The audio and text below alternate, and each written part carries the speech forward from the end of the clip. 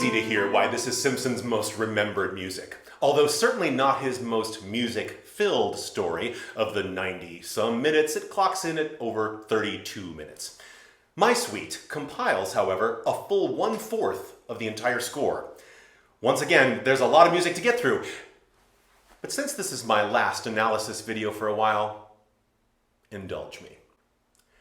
Given this opportunity to film in Paris, the production might seem indulgent for including so many to and fro traveling scenes that don't advance the plot significantly. To be uncharitable, these scenes are padding. If the Doctor and Romana were endlessly running or walking down corridors, we wouldn't feel quite the same way, would we? I certainly don't mind, do you? The romantic beauty of Paris in springtime makes watching these scenes effortless, even joyful. Simpson absolutely steps up his game, producing for them beautiful, memorable music. Although the City of Death score sounds big, the ensemble includes the usual 2 horns, clarinet with bass and contrabass doubles, 2 cellos, I think, and string bass, mallet percussion, and percussion. As I mentioned, electric piano, alto sax, and alto flute feature prominently. One possible influence you might attach to this music is from George Gershwin's 1928 piece, An American in Paris. And just from the title, it's understandable. Connections to Simpson's music, however, are tenuous at best, for Gershwin's melodies are infused with jazz and blues and use syncopated rhythms emulating the jazz styles of the 1920s. Although there is a strong groove to much of Simpson's music, it's a stretch to call it jazz. Simply compare his Season 7 score for the Ambassadors of Death, reflected in my Episode 6 piece, The Flight of Miss Shaw, to hear how a jazzy Simpson score sounds. The rousing introduction to the suite underscores a scene of a train pulling into a metro station, and Simpson is at once thinking grandly. This introduction is made of 3 clear musical elements. First, the low strings and piano pound out pedal A naturals, heard throughout. Next, the horn ensemble, led by the clarinet and supported by snare drum, play rapid-fire 16th note chords that rise in steps after 2 beats. Last, the piano hammers out D naturals in 3 octaves, adding near the top a playfully dissonant C sharp. Only the horn ensemble changes with each iteration, the harmony rising from A minor through several major chords up to E flat major.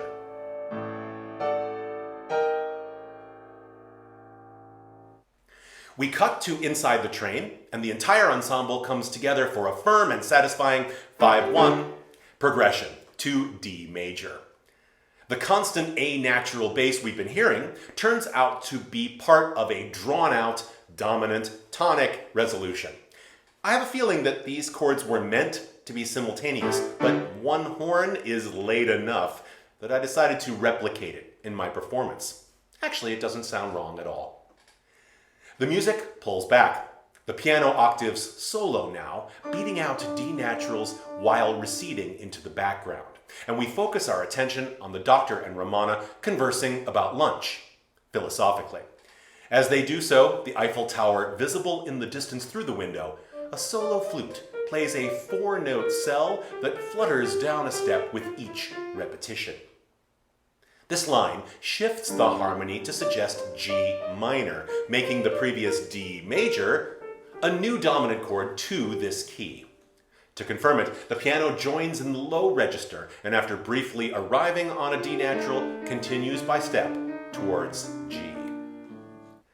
At last, after this long introduction, we finally get our first taste of the Simpson Parisian melody.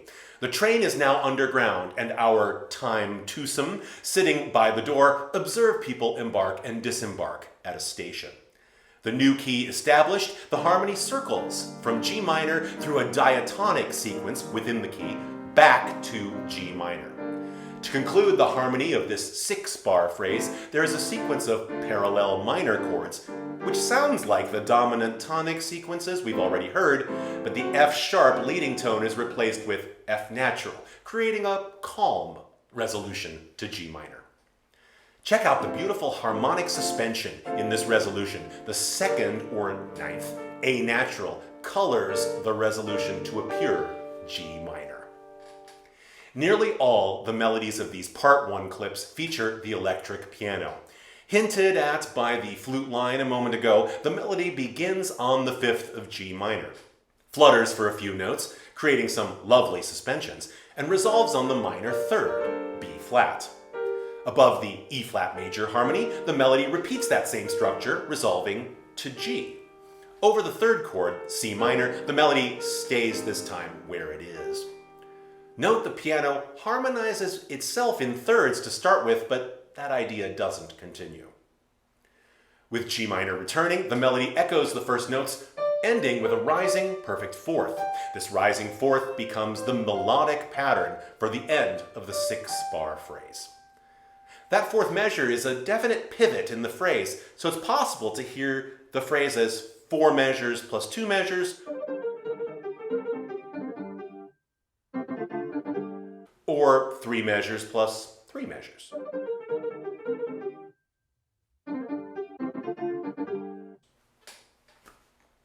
Take note of the rhythm, which isn't overtly jazzy, but it's definitely syncopated. Interestingly, the string accompaniment syncopates only the 3rd beat, so the rhythm doesn't quite match at the end, but intentionally. That deep dive into 6 measures of music will actually allow us to understand quite a bit of what's to come. Economy creates musical continuity. We next cut to the Doctor and Romana alighting at a different train station, heading towards the stairwell leading up to ground level. These next 4 measures are a near exact transposition of the music we just heard down to E minor. The final 2 measures also transpose the melody, but the harmony is noticeably different.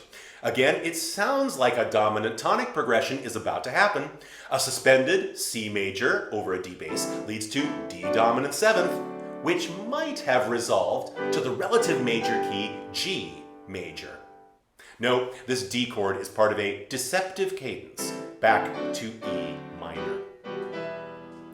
In the film's soundtrack, you hear the train emitting a tone, signaling that the doors are about to close. That tone is E natural.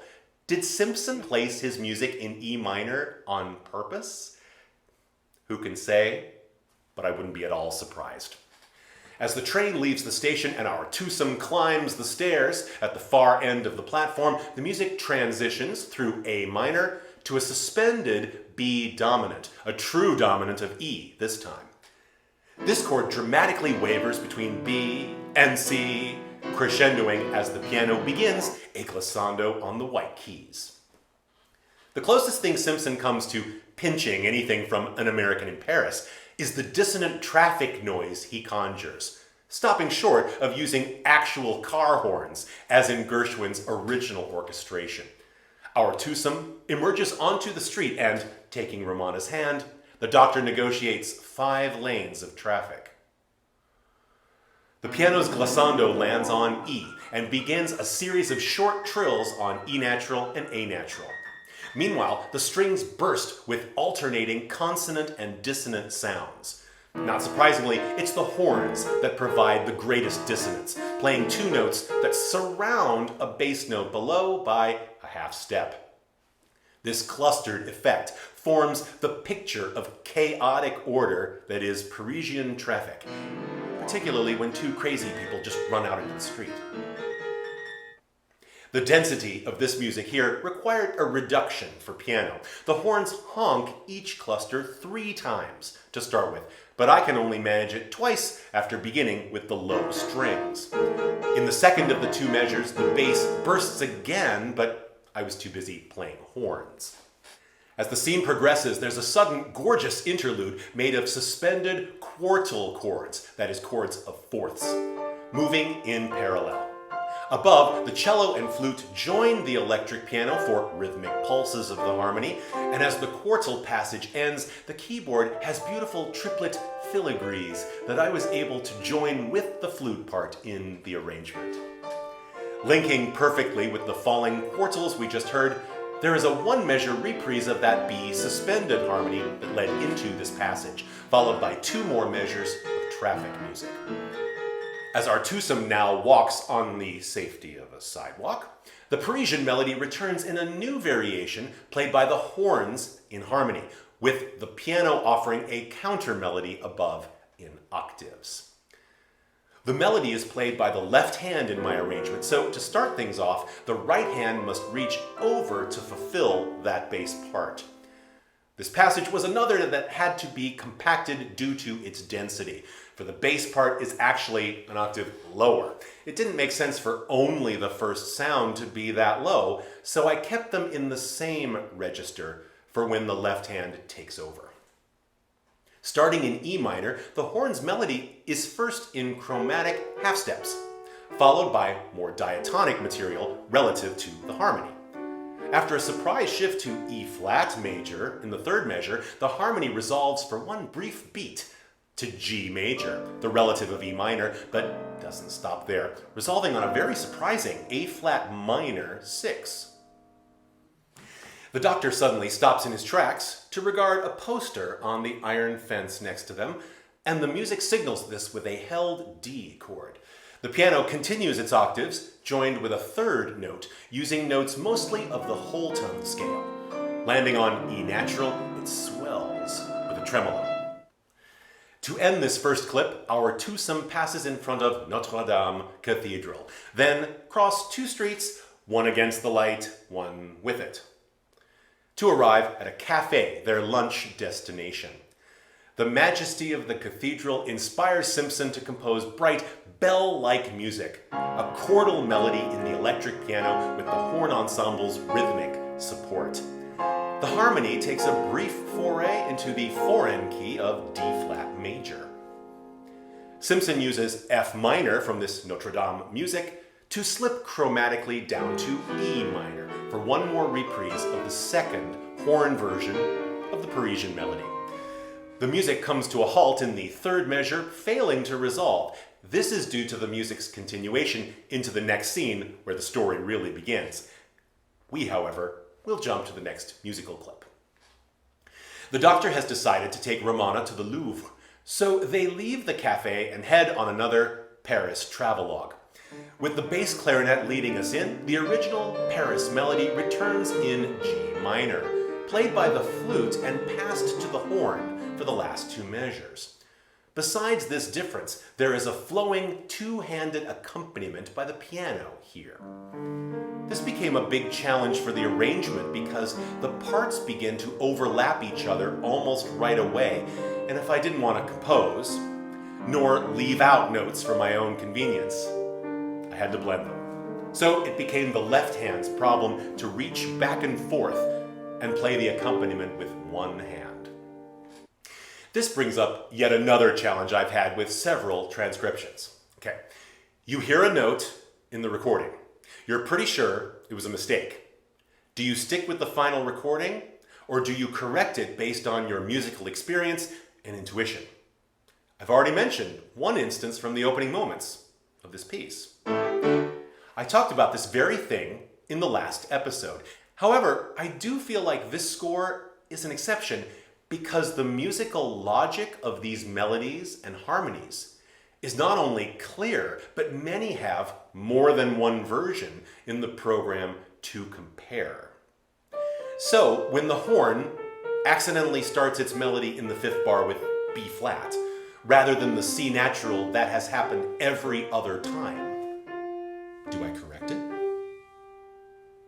When it comes to melodies, I strongly feel no, I should not correct it. We know these recordings. We've been watching this story for 40 years. So even though I would so likely be correct in fixing it, I won't do it. Of course, if I look back, I might find moments of hypocrisy on the subject.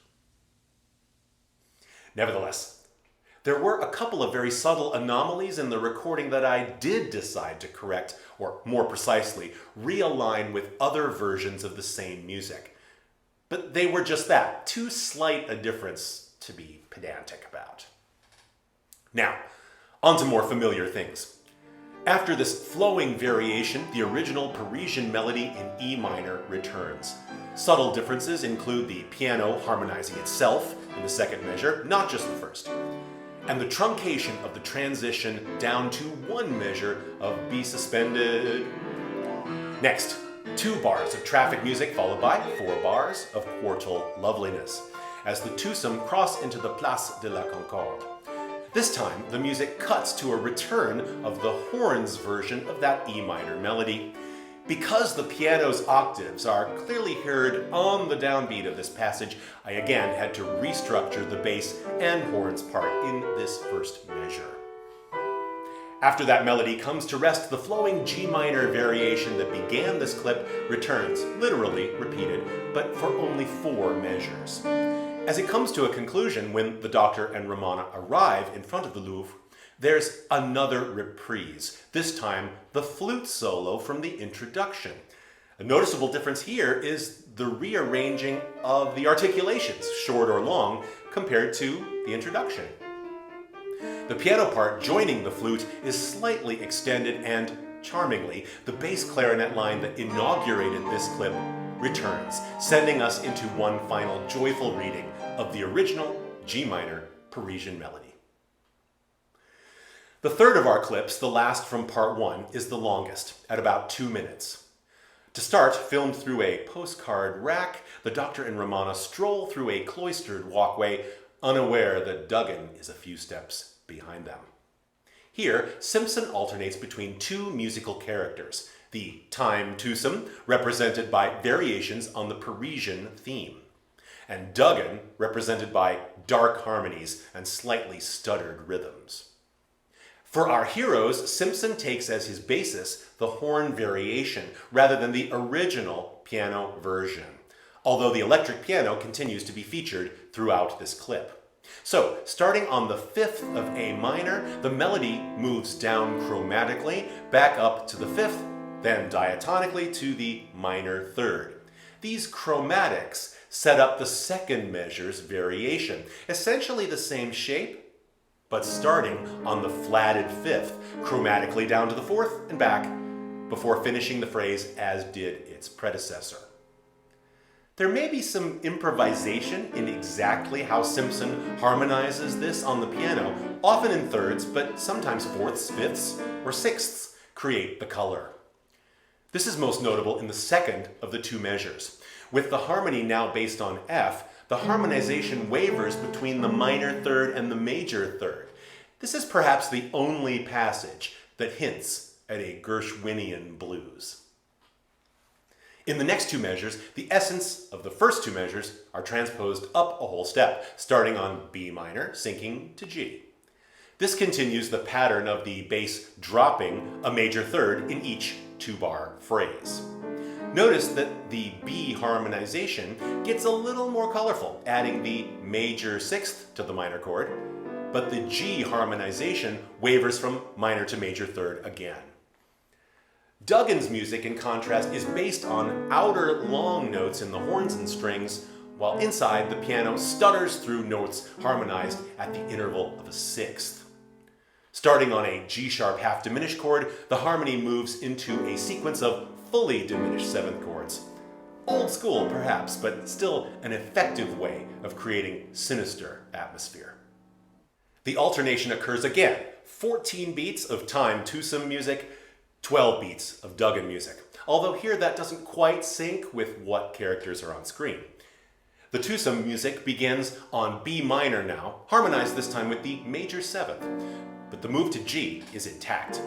This is followed by another transposition of the 2-bar phrase up a whole step, beginning on C sharp minor and dropping to A.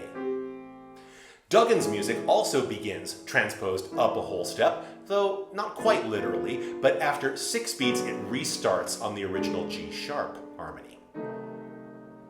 The final notes stretch their rhythm into quarter note triplets, and this rhythm takes charge of the piece for a little over 20 seconds. A little like a metric modulation.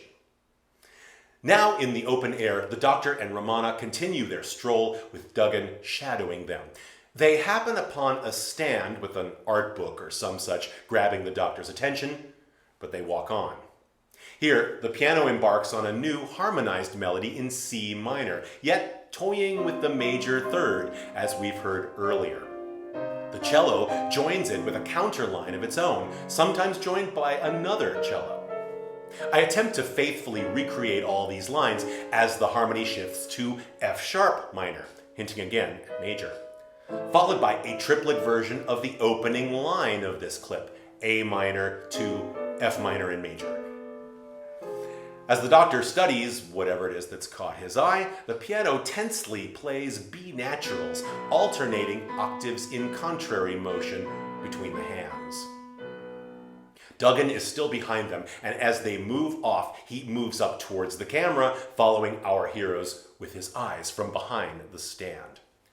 With him comes another reprise of his darker harmonies, starting on G sharp, this time ending on E dominant 7th, G sharp still in the bass, while the piano offers more tense octave E naturals. With the time twosome now walking along the Seine River, we get a sequence of 6 measures of their music. Starting on the original A minor, then B minor, the earlier C sharp minor is replaced with a close relative, A sharp, half diminished, mostly the same notes. In the final measure, the expected A natural resolves to F sharp dominant 7th, with A sharp in the bass. For Duggan's 2 measures, the rhythm becomes twice as long and begins on a simpler B minor, but the harmonized melody is virtually the same and resolves to a familiarly dark diminished chord. One final reprise now of the Doctor and Romana's 2 measures of music, the original harmony, but up an octave. As they ascend stairs, Duggan is descending stairs across the river, still on their trail. His slower sounding music continues, starting on C minor, then moving to E minor, and is extended for 1 measure. Negotiating his way through a crowded outdoor bazaar, Duggan's music intensifies, staying with E minor and alternating with F major. That's a bit of the Phrygian mode there, as the horn plays a middle register melody. The piano's repeated trill from the traffic music is recycled here, as if now the traffic is people. And it is. As the camera begins a new scene by panning down from the sky, Simpson fills this space with a Phrygian arpeggio made of 2 pairs of half steps, an alternating right hand and left. This slowly sinks down to a low E natural as we spot our heroes on the street. Not long after, as Duggan comes into view, the horns add whole tone thirds to remind us of danger. As the Doctor and Romana arrive at the cafe at last, we get a brief romantic expansion of the Parisian melody, and as they settle into their chairs, the music settles too, from E flat minor down to D minor. Before we continue to the next section, I will tell you that there is one segment of Parisian music that I did not include here. In part 3, as the Doctor leaves the gallery having visited Florence 1505, in the TARDIS, 1 measure's worth of traffic music and 4 measures of the original E minor Parisian melody is reprised. I felt that the arrangement had moved on from this music, and since I could not find a comfortable place within the arrangement to insert it, I omitted it. The first clip from part 3 covers scenes of Romana and Duggan running towards the chateau, while the Doctor runs towards the Louvre. To start, after an E7 flat 5 chord that signals the end of the previous scene, we get a brand new melody in the cello, with the piano doing some bouncy accompaniment. The harmony starts with 3 minor chords of slightly different colors, however, all prominently use the beautiful 9th as part of that color. The first, A minor, uses the minor 7th. The second, A flat minor, uses the major 6th. The third, G minor, uses the major 7th. The cello melody, played mostly by the hopping thumb of my left hand, also emphasizes the 9th of the harmony and has oblique relationships to the Parisian melody so familiar to us now. The melody seems to pause during the G minor harmony, but restarts by gradually rising in steps, and as soon as it peaks on F sharp, the muted horn joins for a melody above it. This horn melody begins by deliberately referencing the Parisian melody and uses E minor harmony as well. This reference coincides with a film cut to the Doctor. As the muted horn continues, the harmony returning to A flat minor as if nothing had happened, you can hear the relationship between the two melodies more closely. The cello returns to the fore in this passage's conclusion, coming as the Doctor reaches the Louvre to get the news from some gendarmes. With the harmony returning to E minor, it begins to intensify by rising in minor thirds, while the cello wavers between the minor third and the second of each chord. As he arrives, an octave D natural headed by the clarinet has such bright overtones in its timbre, I added them lightly in the high register.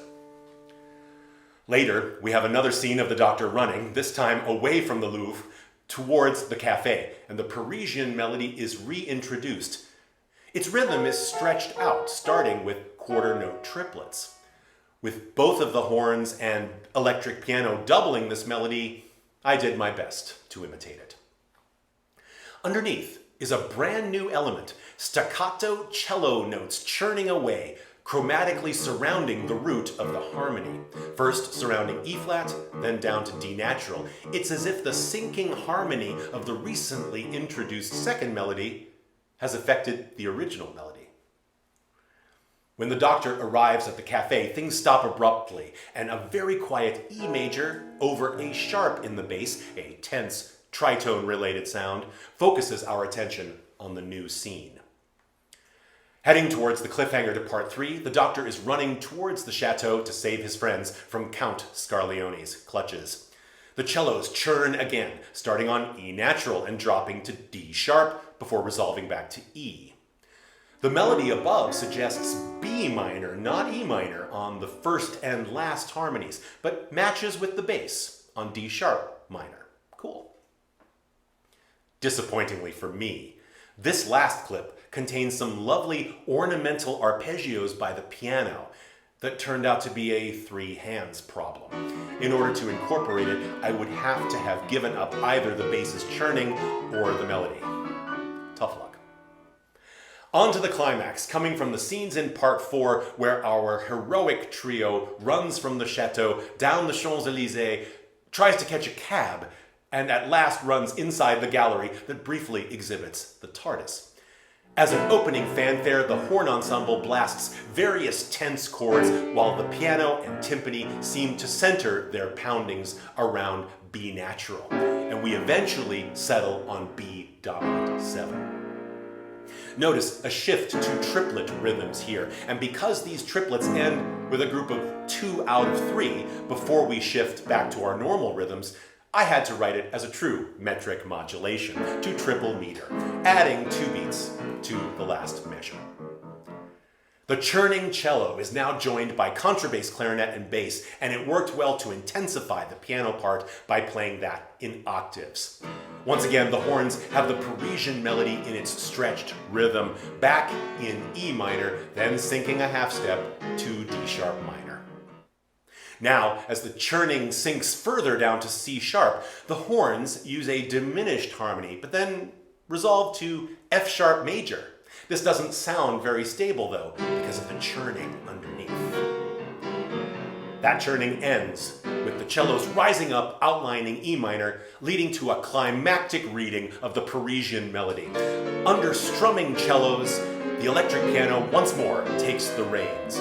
These passages again recall the stalking music of part 1, the 2-measure harmonized melody shifting from fifth to flat fifth, and bass dropping by major thirds. Note the splendid inner line added by the horns. Following this, the chromatic melody continues in 1-measure phrases from E minor down in half steps to D minor, ending with an F diminished 7th. Next, with a long piano trill on E natural, begins a short scene where we ask a typical Douglas Adams question. Can the Doctor catch a cab to save the universe? As the trill continues, the low strings and contrabass clarinet shift to triplet rhythm and rise from E minor in half steps to F sharp minor. In reaching the climax of the arrangement, I allowed myself a little indulgence. The churning resumes as the E minor Parisian melody states for the last time. During these passages, the electric piano has been doubling the churning of the bass instruments. Besides finally being able to play that, I also shifted them up in octaves to heighten the musical drama. With the answer to Adam's question apparently revealed as yes, he can catch a cab, though this is not shown on screen, the music begins to wind down as they finally run towards and into the gallery. With it comes a welcome return of the second cello melody, introduced in part 3. Here, to facilitate the release of tension, the music is calmer and less rhythmically driving. Actually, I can't tell if the piano is truly involved in this passage, but I thought it important to at least recall its accompaniment from the earlier segment. As we cut into the gallery itself, considering the merits of the TARDIS as art, a gorgeously warm D-flat major chord brings us to rest. The true coda of the piece, however, is our send-off music at the very end of part 4, as we watch the Doctor and Romana wave goodbye to Duggan and walk out of his life. Introduced with a plaintive melody by the piano, joined with the cello in its lovely high register, it's answered in slightly different rhythm by the bells. The alto saxophone is given the last word, with its beautiful, slightly jazzy, sophisticated tone, singing a melody in E major, though it shifts to E minor and a surprising C minor next. The arrangement here is a blending of the melody with the piano's accompaniment, with some slight reorganization necessary. To finish, Simpson actually reuses a trick he tried in The Power of Kroll last season, a tremolo dominant chord on B natural leading into the key of the theme song. You heard this clip realized as part of the final Doctor's theme movement in episode 38. In honor of that, and in order to give a satisfying finish, I replicate the long glissando that is my imitation of that searing effect leading into the end credits, concluding with a hint of the Doctor Who theme itself.